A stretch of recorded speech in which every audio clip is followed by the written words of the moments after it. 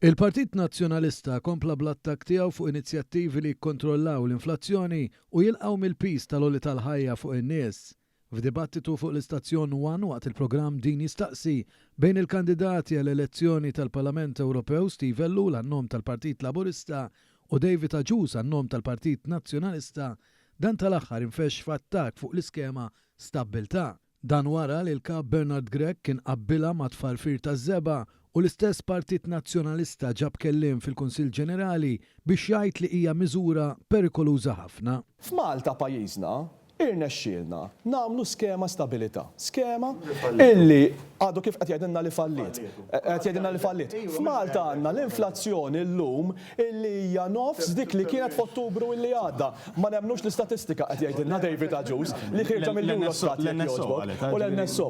Issa, x'qed jiġri hawnhekk? U qed jurina David Agius ara differenza bejn dak illi jgħid u dak illi għamel Nazzjonalista. Il-kandidat Laburista Steve Ellul saħaq li t-tim tal-Partit Laburista jibqa' jemmen favur l-investiment fin-nies u miżuri li taw stabbiltà anke fuq l-enerġija, anke jekk il-Kummissjoni Ewropea qalet lill Gvern Malti biex jaqta' sussidju.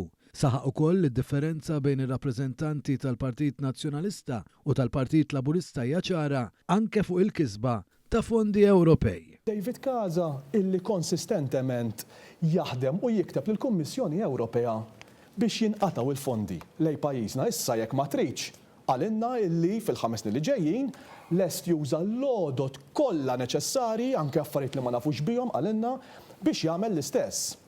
Imbagħad mhux hekk biss kellna il-sieħbu Peter Agius illi wkoll dan jekk jogħġbok irid jikteb lill-Kummissjoni Ewropea kitbilha darba darbtejn tlieta u ħali għax ma rrispondewx ma tawx kasu biex inaqqas il-fondi lej pajjiżna ġifieri bejn dak li tiktbu u dak li tagħmlu David hemm baħar ikun batti. Mela ħataħdmu magħna sabiex inġibu l-fondi Ewropej għal gas pipeline ħajkun hydrogen ready. Inkredibbli.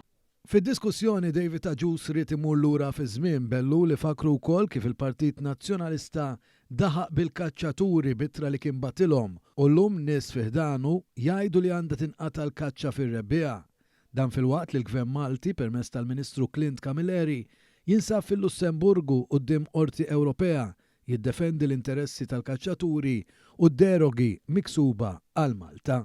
Steve Ellul imbagħad innota kif l-eks viċi kap nazzjonalista jaf tajjeb minnu l-establishment li bil-poter fidu jaħdem kontra minn ma jdoqx id-diska tiegħu. Taf tajjeb minnu l-establishment David. Ħanejdlek minnu l-establishment David. Dan il-ħabib tiegħek Adrian Delija.